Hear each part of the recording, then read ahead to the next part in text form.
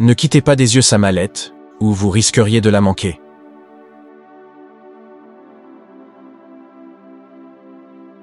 Pourquoi est-il devenu si difficile de savoir ce qui est réel et ce qui est mis en scène? Par exemple, qui est ce gars aux Emmy Awards? Je ne sais pas qui était ce gars que j'ai embrassé, mais c'était le gars d'Atlanta. Tout va bien, je suis content que tu sois en vie. J'étais tellement inquiété. Je pensais que c'était un documentaire, techniquement. Il m'a tué, mais je ne suis pas mort, je suis toujours en vie. Cette vidéo va aussi vous faire douter de la réalité.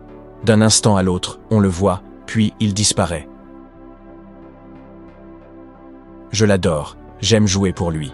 C'est réaliste.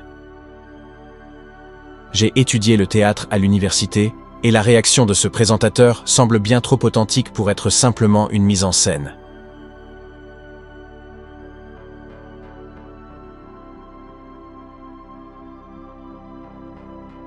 C'est incroyablement triste, car nous vivons dans un monde si étrange. Personne ne semble pouvoir faire confiance à qui que ce soit de nos jours, surtout aux dirigeants. Vous voulez la preuve de cela? Eh bien, les gens sont massivement divisés sur ce qui s'est passé ici. Était-ce juste un geste innocent, ou était-ce autre chose?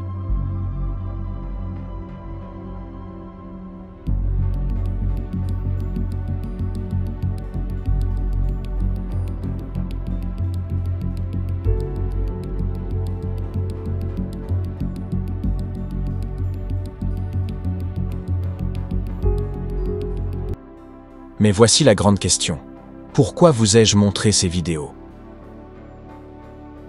Eh bien, la réponse est simple. Je ne veux pas que vous soyez hypnotisés par des signes et des merveilles.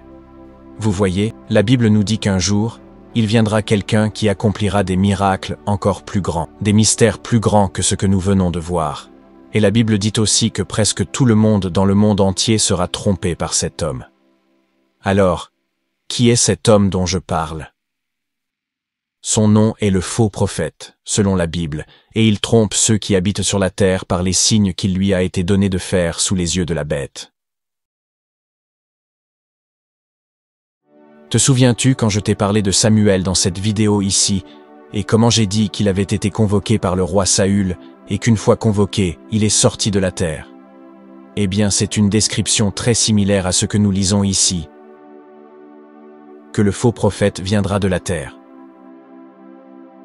Maintenant, je pourrais complètement me tromper à ce sujet, mais comme je l'ai dit dans la vidéo, je crois qu'il y a deux compartiments dans Hadès.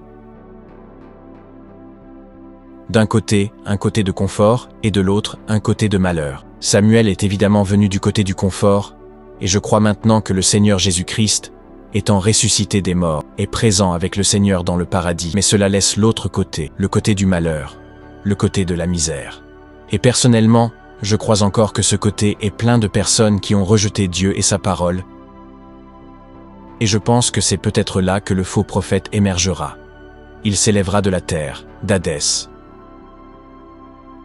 Mais écoutez-moi bien, ce n'est pas la vision dominante.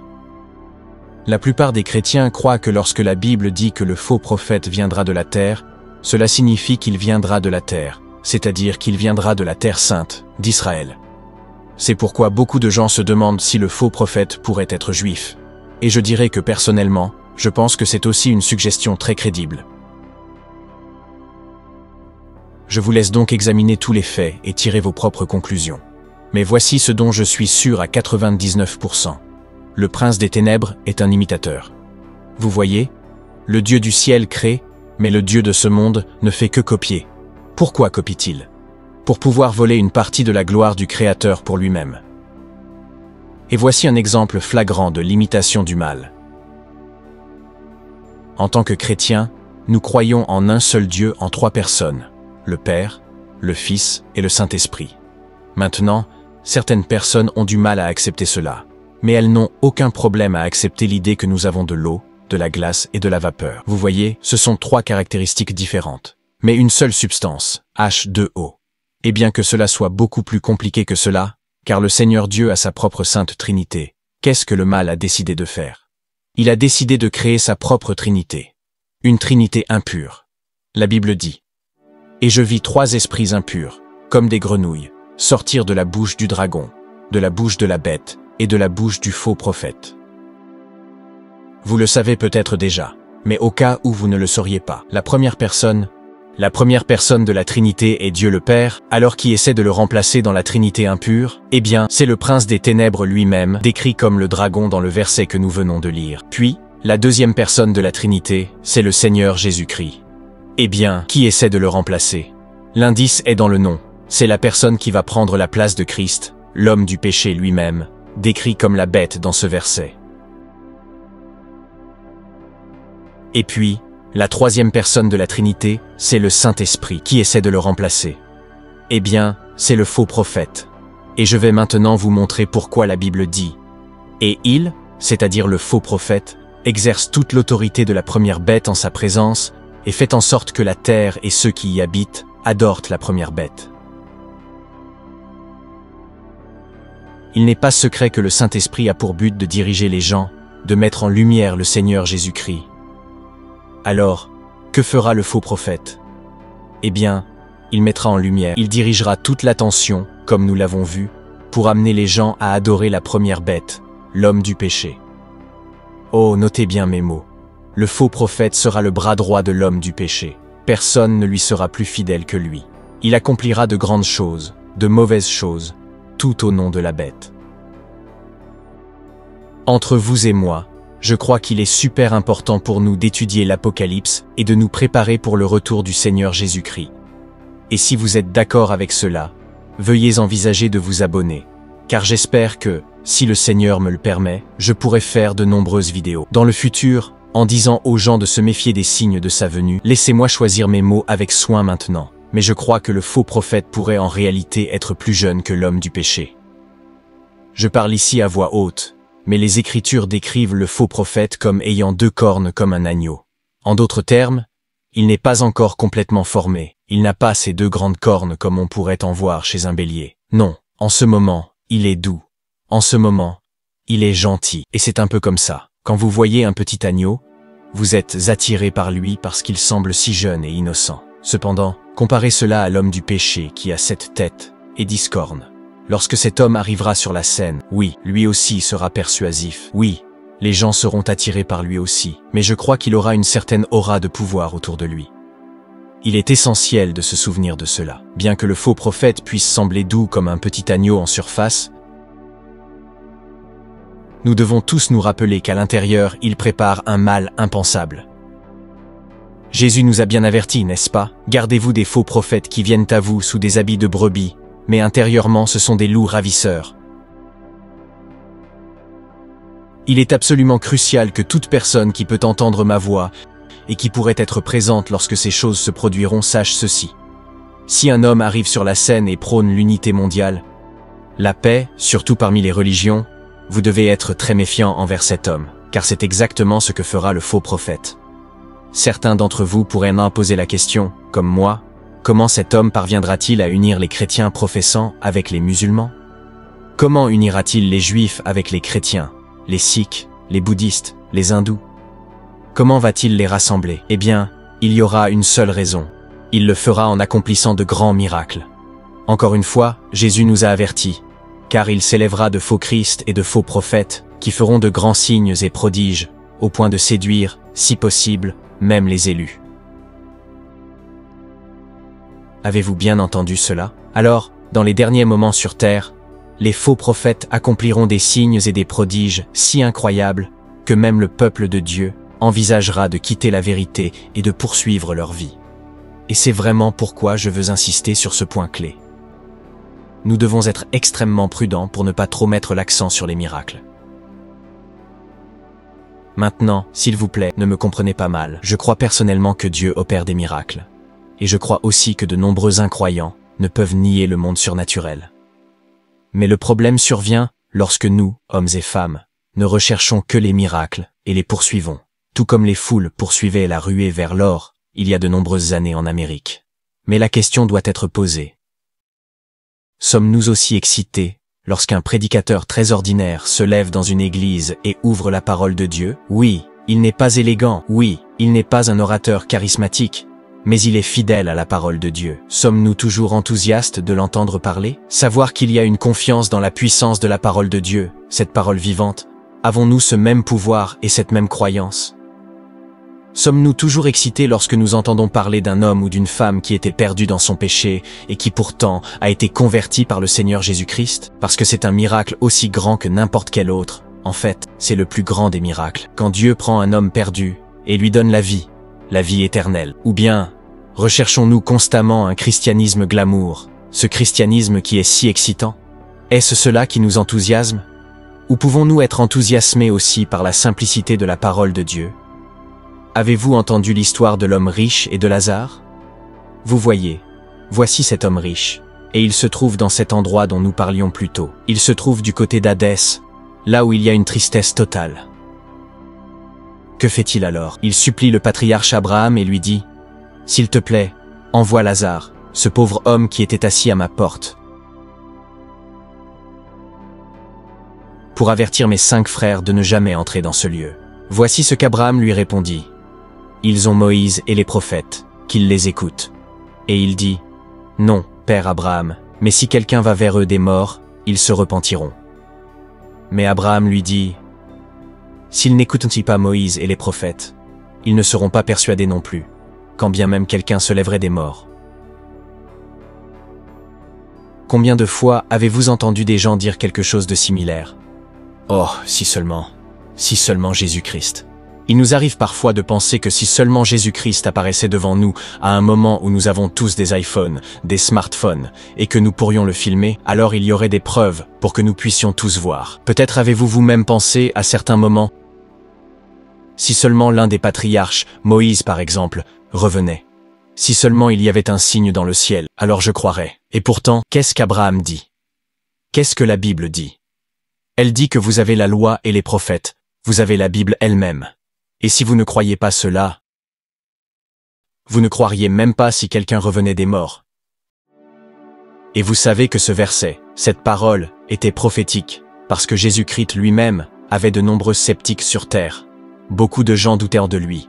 Beaucoup de pharisiens disaient, non, ce n'est pas le Fils de Dieu, c'est un menteur. Et pourtant, ces mêmes pharisiens ont vu Jésus-Christ cloué sur cette croix. Ils l'ont vu mourir, puis ils l'ont aussi vu ressusciter d'entre les morts. Et se sont-ils tournés vers lui? Ont-ils mis leur confiance en lui? Certains l'ont fait, mais la grande majorité est restée obstinée. Et la vérité, c'est que vous et moi, nous sommes tellement têtus. Peu importe les signes, peu importe les miracles, peu importe ce que le Seigneur Dieu nous montre, si nous ne croyons pas en sa parole, si nous n'avons pas confiance dans les Écritures, nous ne croirions même pas si Dieu apparaissait dans la même pièce, juste devant nous. Pourquoi? Parce que tellement d'hommes et de femmes aiment leur péché, tellement qu'ils préfèrent les ténèbres plutôt que... Mais voici quelque chose d'assez fou. Nous avons parlé un peu des autres religions, mais qu'est-ce qui rend le christianisme si différent? Beaucoup d'entre vous ne l'ont peut-être jamais envisagé, mais les autres religions anciennes ont leurs textes, leurs écritures, qu'ils croient être divins. Mais la différence, c'est que le christianisme a ses textes anciens. Mais la différence avec ces mots, c'est que ces mots sont devenus vivants. Ils sont devenus une personne. Et cette personne est venue vivre parmi nous. La Bible dit que le Verbe s'est fait chair et a habité parmi nous. Et ce Verbe, c'est le Seigneur Jésus-Christ. Il est venu vivre parmi nous et a pris une chair afin de devenir le sauveur de toute chair. Parce que cette chair, ce corps que vous regardez en ce moment, a commis de nombreux péchés. J'ai échoué à Dieu plusieurs fois. J'ai brisé beaucoup des lois et des commandements du Seigneur Dieu. Et pourtant, Jésus-Christ les a tous observés et a décidé sur la croix de mourir à ma place, et non seulement à ma place, mais aussi à la vôtre. Alors, lui ferez-vous confiance? Allez-vous venir à celui qui, bien qu'il y ait beaucoup de faux prophètes, beaucoup de faux Christ, est celui qui est le chemin, la vérité et la vie? Vous pouvez lui faire confiance, et vous pouvez avoir la certitude que tous vos péchés, passés, présents et futurs, peuvent être effacés, et que vous pouvez être sauvés par lui, si vous mettez votre confiance en lui. Le Verbe qui s'est fait chair est prêt, dès maintenant, à habiter dans votre cœur, à vous changer, à vous faire une nouvelle créature et à vous donner la vie éternelle, car il est revenu d'entre les morts. Et en ce moment, il est assis à la droite du Père dans les cieux. Et il prépare une place pour tous ceux qui l'aiment et qui veulent lui faire confiance.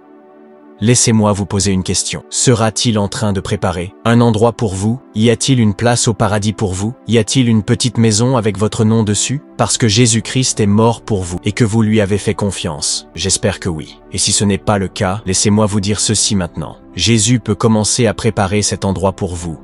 Car tout ce que vous devez faire, c'est appeler le nom du Seigneur Jésus-Christ et vous serez sauvés. Pourquoi résistez-vous? Pourquoi êtes-vous têtu? Tournez-vous de vous-même et tournez-vous vers Jésus-Christ, et il vous sauvera et vous donnera la vie éternelle dès maintenant. Mais attendez, il y a une information vitale que j'ai oublié de mentionner à propos des faux prophètes. Il est dit que, tout comme Nabuchodonosor, vous vous souvenez de ce vieux roi qui a créé une grande image, une statue, et a ordonné à tout le peuple de se prosterner et de l'adorer. Eh bien, le faux prophète aussi créera une sorte d'image, et il commandera au monde entier de l'adorer. Une image qui est dédiée à la bête. Nous ne savons pas si ce sera un hologramme, peut-être une image sur un téléphone, peut-être une statue. Nous ne savons pas ce que ce sera, mais ce que nous savons, c'est que le monde entier sera trompé pour adorer cette image. Et une autre chose que nous savons, c'est que le faux prophète, lié à cette image, fera quelque chose à chaque personne dans le monde, à leur tête et à leurs mains. Si vous voulez en savoir plus à ce sujet, cliquez sur cette vidéo immédiatement. Avant de continuer, sachez désormais que, pour enrichir votre expérience spirituelle, je vais désormais publier chaque jour une vidéo de prière longue d'environ 2h30 à écouter pendant votre sommeil. Ces vidéos seront disponibles tous les soirs à 21h30 sur ma chaîne. Si cela vous intéresse et que vous souhaitez être accompagné dans vos moments de repos, n'hésitez pas à vous abonner et à activer la cloche pour ne rien manquer. Que ces prières vous apportent paix et sérénité chaque nuit. À très bientôt et que Dieu vous bénisse.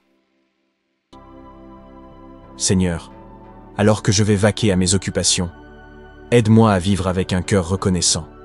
Que mes paroles et mes actions reflètent la gratitude que j'ai pour tout ce que tu as fait pour moi. Aujourd'hui, Seigneur, je cherche ta guidance et ta sagesse. Montre-moi le bon chemin à suivre et accorde-moi l'intelligence de faire des choix éclairés.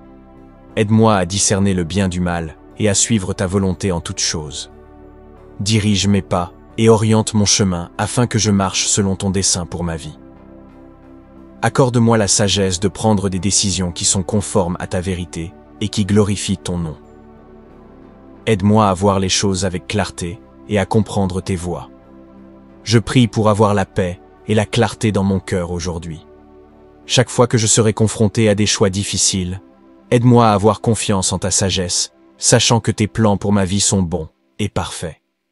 Alors que je cherche ta direction en ce jour, parle-moi à travers ta parole, à travers des conseils avisés et par ton Saint-Esprit. Seigneur, ouvre mes oreilles pour entendre ta voix et donne-moi le courage de te suivre là où tu me conduis. Seigneur, je reconnais que tu es tout-puissant et infiniment sage. Je dépends entièrement de toi pour me montrer le chemin et me guider dans la bonne direction. Merci pour ta promesse de me diriger et de m'accorder la sagesse lorsque je la demande. Dieu agit d'une manière que vous ne pouvez pas encore voir. Les obstacles qui semblaient vous freiner pourraient devenir des tremplins vers quelque chose de plus grand. Les délais qui vous ont frustré pourraient avoir été des préparations divines. Les moments d'attente pourraient avoir été des saisons de renforcement. Rien n'est perdu entre les mains du Tout-Puissant. Il est capable de transformer la déception en témoignage, l'incertitude en direction et la tristesse en joie. Ce qui semblait être une porte fermée pourrait être la façon dont Dieu vous redirige vers quelque chose de bien meilleur. C'est le moment de faire confiance au processus. Il y a des prières qui n'ont peut-être pas encore été exaucées, mais Dieu ne les a pas oubliées. Il y a des rêves qui peuvent te sembler lointains, mais il est encore à l'œuvre. Il y a des combats qui paraissent interminables, mais la victoire est assurée en lui. La percée ne vient pas toujours comme on s'y attend, mais la fidélité de Dieu ne fait jamais défaut. Son timing est parfait, sa provision est certaine, et ses plans sont toujours pour votre bien. Restons fermes sur sa parole en ce mois de février, déclarons ses promesses et tenons bon dans sa vérité. Les défis de la vie peuvent changer, mais le caractère de Dieu, lui, ne change pas. Il est toujours le pourvoyeur, toujours le guérisseur, toujours le restaurateur, et toujours celui qui ouvre un chemin là où il n'y en a pas.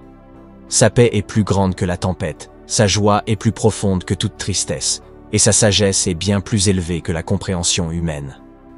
Alors que vous traversez ce mois, que votre cœur soit ancré en lui, que votre esprit soit rempli de sa vérité, et que vos pas soient dirigés par son esprit. Proverbe 3, 5 à 6. Nous encourage. Confie-toi en l'Éternel de tout ton cœur, et ne t'appuie pas sur ton intelligence. Reconnais-le dans toutes tes voies, et il aplanira tes sentiers. Il y a une paix dans la confiance en Dieu. Il y a du repos dans l'abandon à sa volonté. Il y a une force dans le fait de savoir qu'il est en contrôle. Les choses qui causaient autrefois de l'inquiétude n'ont plus besoin d'avoir du pouvoir sur votre cœur. Les batailles qui semblaient insurmontables peuvent maintenant être placées entre ses mains.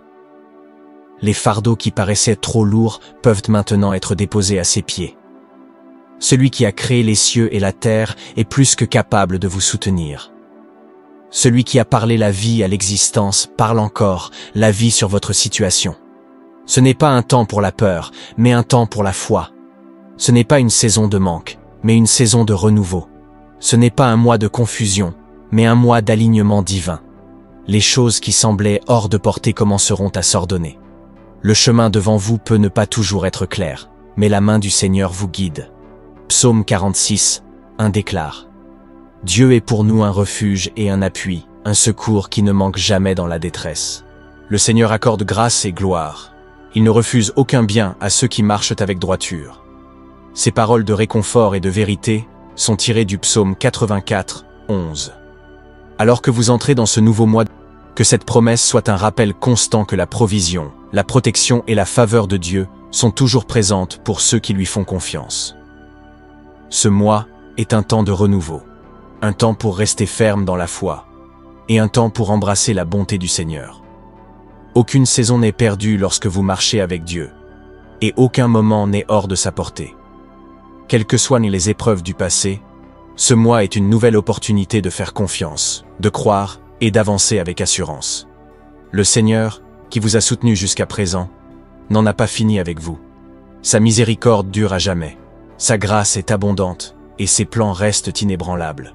Aucun échec ne peut annuler ce qu'il a prévu, aucun défi ne peut annuler ses promesses, et aucun retard ne peut annuler ce qu'il a ordonné.